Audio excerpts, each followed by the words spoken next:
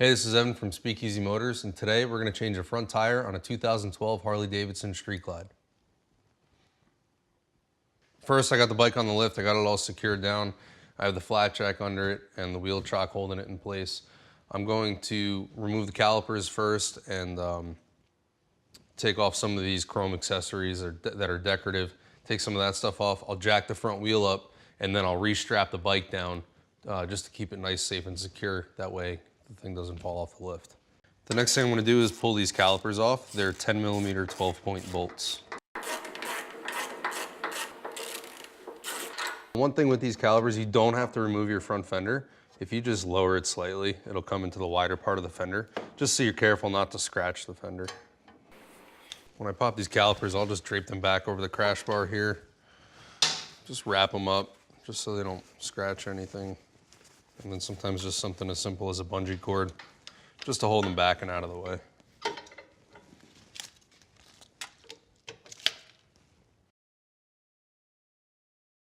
This is an ABS model bike, so you'll see this wire coming up. They usually zip tie this along the brake line. So you just cut those zip ties and the ABS sensor will come out later on. And then you just repeat for the other side.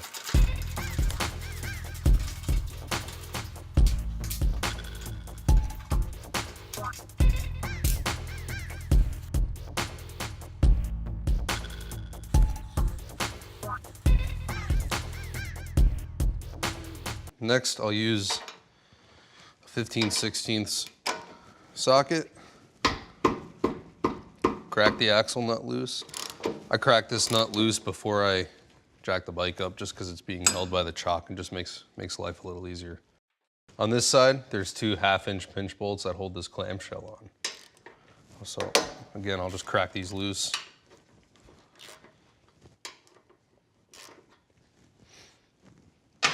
After I have those loose and both calipers off, I remove the front stop for the lift and I'll jack the bike up.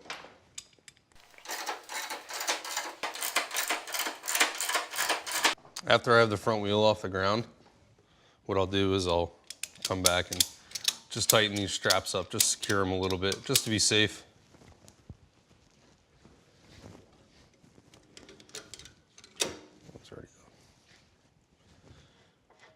I'll remove the axle nut here.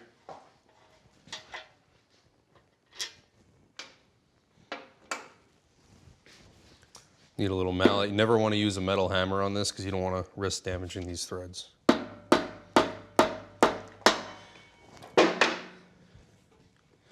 it should just pull out right by hand.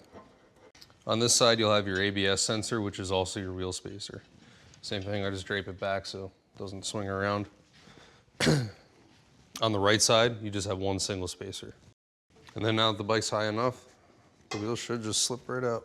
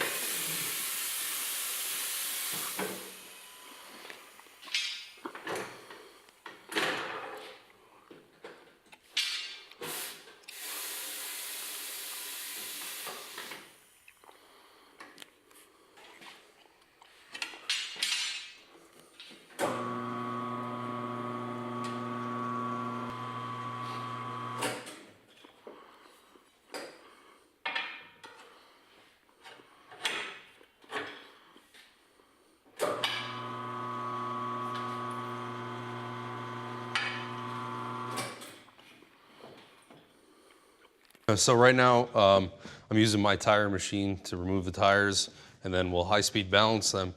You don't necessarily need a tire machine to do this. For the first few years of my career, I only really had just tire spoons. You could use just 2 or 3 tire spoons and a garbage can or a barrel to get this done.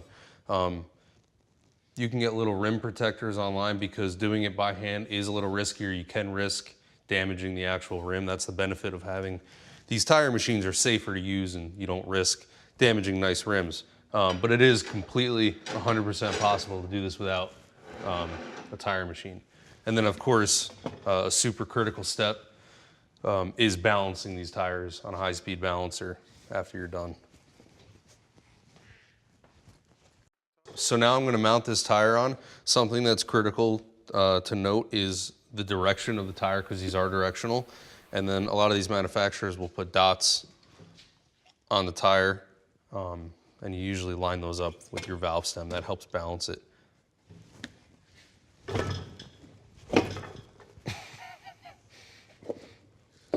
Sometimes you get lucky.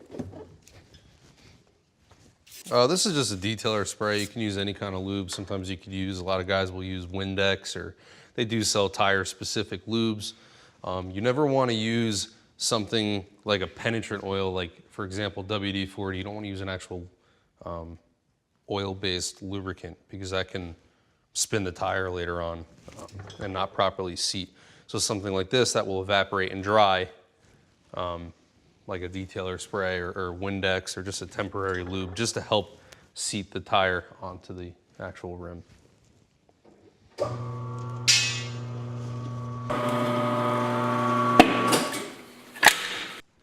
I'm going to put the valve core back into the valve stem, tighten that up.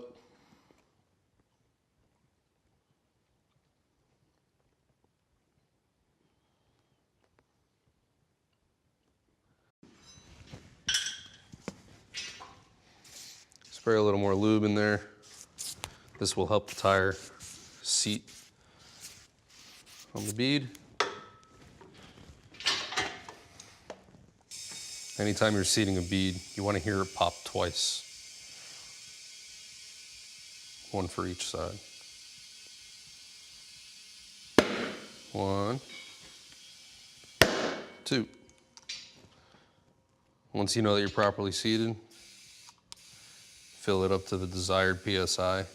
All your tire manufacturers, and all depending on your load rating in your vehicle, will have the PSI on the side.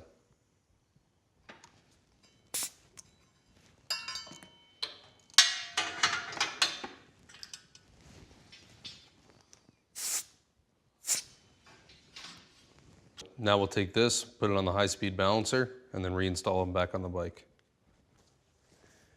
So we got our front tire changed, new tire, and we high-speed balance the tire.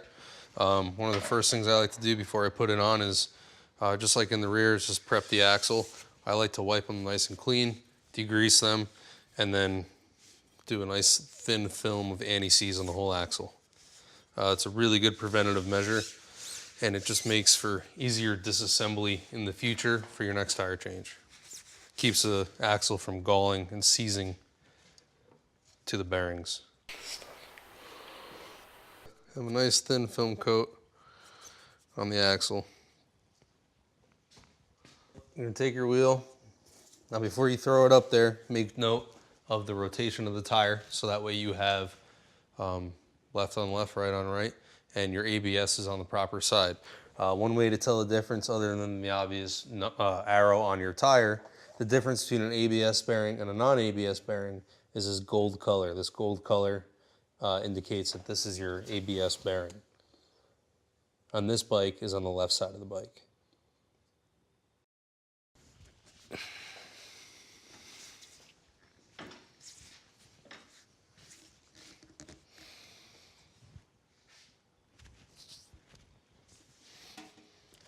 It's in. I like to lower it a little bit.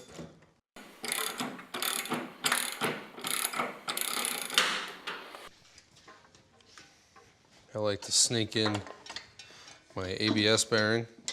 Again, this ABS sensor goes with this angled piece pointing out, like this. I'll start on this side. I'll take my one wheel spacer, hold it in here. Hold it in there like this. As you can see, I have to lower the bike to get it all to line back up again. This should slip in nice and easy. You should never need a hammer to beat any axle in. You slip your ABS sensor in.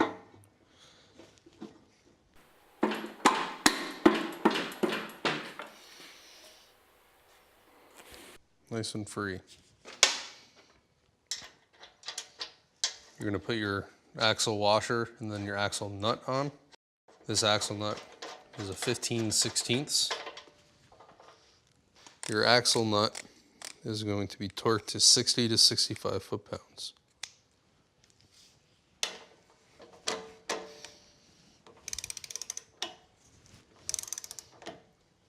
I recommend torquing this nut before you do your pinch bolts. Your pinch bolt side over here is designed to be floating, so that gets torqued later.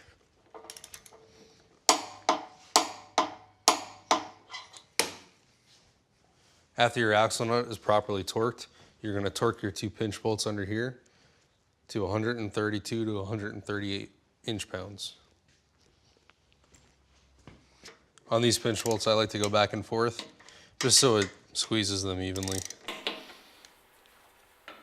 Now you're going to reinstall your calipers. The owner's manual recommends that you torque these 2 caliper bolts to 28 to 38 foot-pounds.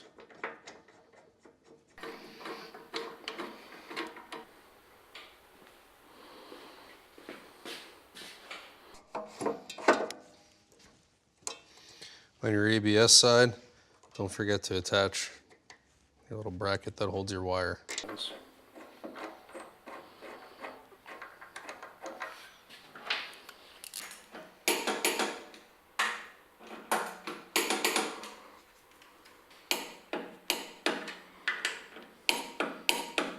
Before you ride away, don't forget to pump up your brake a little bit from compressing the calipers. But that's pretty much it. That's how you mount, balance, and change a front tire on a 2012 Street Glide. If you like this video, please subscribe to the channel, and you'll be able to see a bunch of other really cool videos, tips, and tricks on some hot rods and motorcycles.